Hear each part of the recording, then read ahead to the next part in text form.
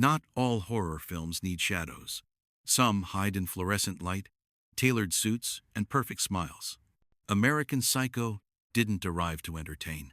It arrived to dissect. Behind its sleek surfaces and pastel business cards is a scalpel, cutting through the American dream layer by layer. A film born from a novel too obscene for shelves, too violent for theaters, too close to the truth. Executives fought over it. Actors turned it down. Critics argued whether it was genius or perversion. But beneath the headlines and protest signs lies something colder, a mirror. And what it reflects might be harder to watch than any murder on screen. These are 20 weird facts you didn't know about American Psycho, a film that didn't just question reality. It made sure you doubted yours. Fact number 1. Patrick Bateman almost looked very different. His face? Leonardo DiCaprio. In a move driven by box office hunger, Lionsgate offered the role to DiCaprio just after Titanic. They imagined headlines, ticket sales, global buzz. What they didn't expect was backlash. Feminist groups revolted. Critics prejudged. The director walked. Mary Harron believed DiCaprio's presence would warp the story, injecting sympathy where there should be disgust. She was fired. Oliver Stone stepped in. Scripts were rewritten. But DiCaprio left. Harron returned, and with her came Christian Bale's sharp angles, hollow eyes, a body built like a mannequin. Bateman wasn't supposed to be adored. He was meant to be seen and not trusted. Fact number 2. Christian Bale studied psychopaths, but his real inspiration wore a smile and hosted talk shows. Bale admitted to basing Bateman on Tom Cruise, not the man, but the presence, the high-energy charm, the too-perfect delivery, the eyes that never quite matched the grin. Bale saw something off, something rehearsed and terrifying. He mirrored it, not just in voice or posture, but in timing, micro-delays between words, smiles that lingered too long, movements too smooth to be natural. On set, crew members stopped calling it acting. They just called it eerie. Tom Cruise never responded. Maybe because the mask fit too well. Fact number 3. No knives, no blood, no screaming. Just paper. The business card scene is surgical. Bateman, surrounded by carbon copy executives, spirals into silent panic over fonts, embossing, and shades of white. Harron filmed it like a horror sequence, close-ups, slow zooms, breathless tension. A luxury arms race played in ivory and bone. The scene became iconic, not for violence, but for what it revealed. Bateman doesn't fear death. He fears being outclassed, outdesigned, forgotten. When the card hits the table, you don't hear a scream. You hear a man unravel. Fact number 4. Mary Harron didn't just fight for her vision, she fought against the system itself. After being pushed out for rejecting DiCaprio as Bateman, she returned only when the machine collapsed. Her demand? Total creative control, no compromises, no gloss. What she delivered wasn't horror, it was something harder to pin down. She stripped away shock value and left absence. Violence happens off-screen. Reactions are muted. Answers are withheld. Bale was instructed to act with detachment, 2 performances, layered atop each other. One for the world, one for the void inside. Harron didn't want to explain Bateman. She wanted you to realize he never needed explaining at all. Fact number 5. Bateman's apartment is immaculate. Too immaculate. That's the trap. Stainless surfaces, designer furniture, a view no one looks at. There are no photographs, no mess, no history. It's not a home, it's a showroom. Or worse, a holding cell built from taste and money. Mary Harron designed the space to reflect pathology. The cleaner it is, the more grotesque Bateman's mind becomes. The contrast wasn't accidental, it was diagnostic. He lives in minimalism not to calm himself, but to hide the noise he can't control. Every object in that apartment whispers the same thing. There is no one here. Fact number 6. A man drops a chainsaw down a stairwell and lands a kill. Physics laughs. Bateman doesn't. The scene plays like a fever dream. Naked but for sneakers, Bateman chases his target in a frenzy of grins and growls. He waits, times it, lets the weapon fall. The moment feels surreal because it is. Mary Harron never intended realism. This wasn't about believability, it was about escalation. By this point, we're not watching events. We're watching collapse. The laws of gravity bend to Bateman's delusions. He doesn't just kill. He choreographs madness. Fact number 7. His face is flawless. His skin routine, surgical. His voiceover, a prayer without a god. Bateman's morning ritual isn't about vanity, it's a performance. A carefully choreographed sequence of creams, peels, and tightening masks. He speaks the steps like commandments, not with warmth, but with precision. Each product isn't for beauty, it's for control. What's terrifying is how empty it all feels. There's no joy in his voice, no comfort in his eyes. It's not self-care, it's self-erasure. The man beneath the lotion doesn't exist. And here's the twist. None of it came from the book. The routine was invented just like the man himself. Fact number 8. Do you like Huey Lewis and the news? Bateman asks the question with delight, as if sharing a secret. But what follows isn't conversation. It's analysis. He dissects the lyrics like a stock report, strips the song of emotion, reduces it to metrics and trends. The music swells, the axe swings, and behind the cheerful beat you realize Bateman doesn't like music. He uses it. He hides behind it. The pop soundscape of the 82nd becomes his weapon, one more shiny object to distract from the scream underneath. Huey Lewis refused to license the track for years after. Maybe because he heard what was hiding in the melody. Fact number 9. Paul Allen was never the enemy. He was the echo. Jared Leto plays him with a smugness that feels familiar because it is. He and Bateman wear the same suits, speak in the same clipped tone, mistake one another for different men. Allen's presence isn't threatening, it's humiliating. He's a reminder that Bateman is not special. Mary Harron cast Leto for his blankness. Not incompetence, but interchangeability. When Bateman murders Allen, it's not rage, it's rejection.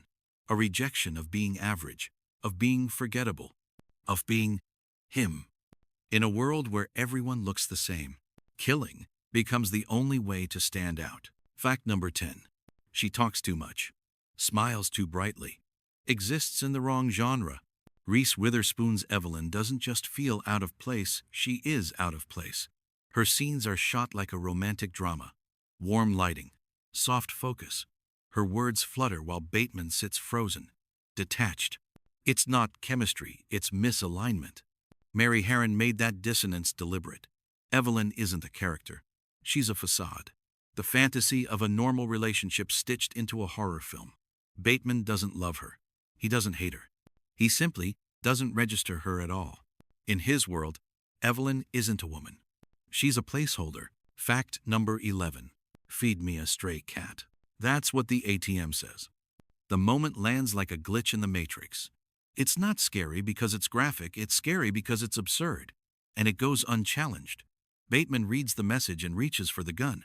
No hesitation. No logic. Just submission to the madness. Harron never explains the scene. She doesn't need to. It's not a hallucination. It's a metaphor. For greed. For dehumanization. For a world where the machine doesn't take money, it takes flesh. The question isn't whether Bateman imagined it. It's whether we've been feeding the same machine all along. Fact number 12. He confesses everything. And no one cares. In a quiet corner of a lavish office, Bateman lays it all out. The murders, the dismemberments, the unraveling. But the response he gets isn't horror. It's indifference. He isn't believed. He isn't investigated. He isn't even noticed. The ending pulls the floor out from under the viewer. Was it real? Was it fantasy? Harron refuses to confirm, because the final horror isn't what Bateman did. It's that nothing, literally nothing changed. He confesses into a void, and the void answers with silence. Fact number 13. Bateman never contracts his words. Ever. He doesn't say, I'm. He says, I am. He doesn't say, don't. He says, do not. Christian Bale made that decision from day one. Why? Because Bateman doesn't talk like a person. He talks like a press release. Polished. Sanitized. void of spontaneity. It's a detail most miss, but once you hear it, you can't unhear it. Every sentence is too formal, too exact. It's not speech, it's performance. He's not communicating, he's imitating. And the imitation is so perfect, it starts to feel mechanical. Fact number 14. Look closely. There are no children in Bateman's world. None. Not in the restaurants. Not on the sidewalks. Not in the background. The absence is eerie and intentional.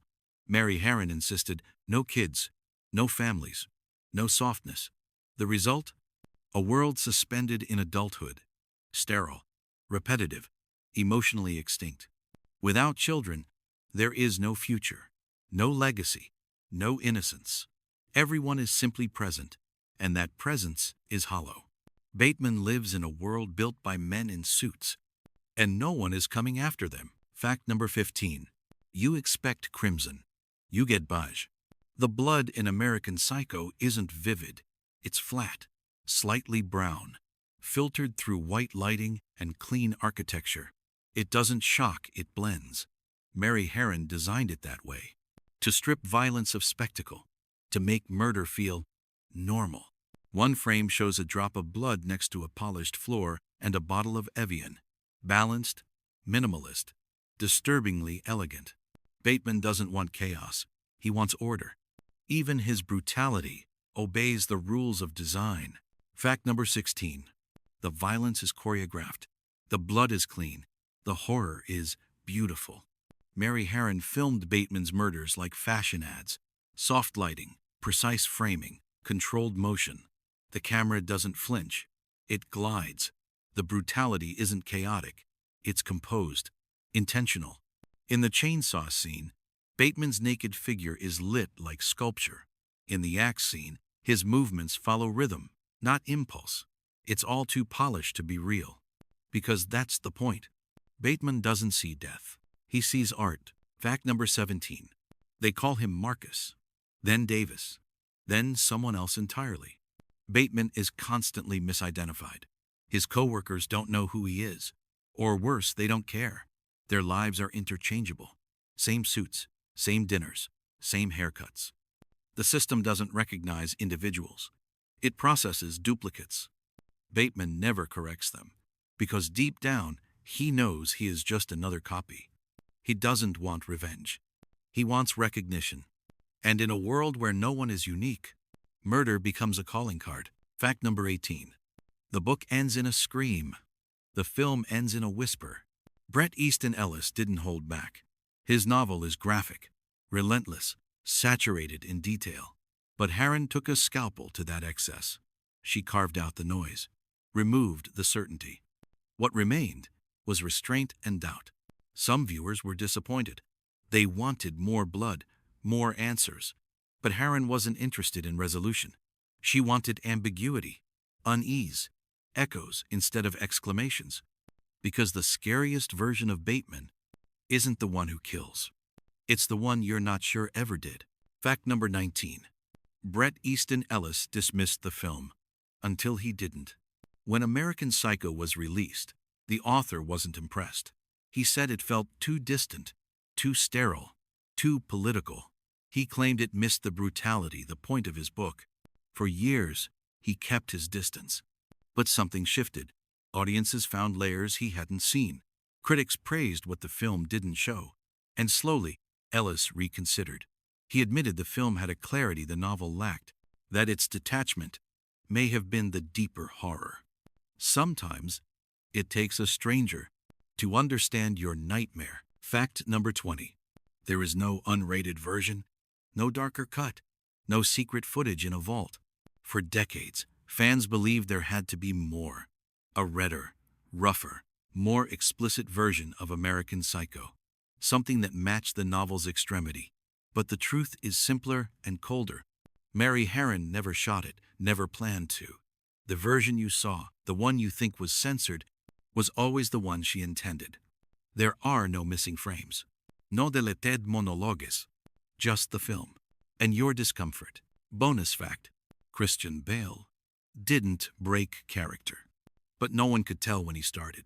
He walked on set with posture too perfect, smiled too much, spoke too clearly. Crew members said he was polite but distant, focused but unreachable. Some joked he was still in character. Others weren't so sure it was a character anymore. When asked how he found Bateman, Bale answered without blinking, "I stopped pretending I cared." That wasn't in the script. No one called cut. And for a moment, no one dared to speak. You've seen The Mask. You've heard the confession. Now ask yourself, did any of it feel familiar? Tell us which fact changed the way you see American Psycho. And if there's another film hiding behind good lighting and better lies, we're already watching from the dark.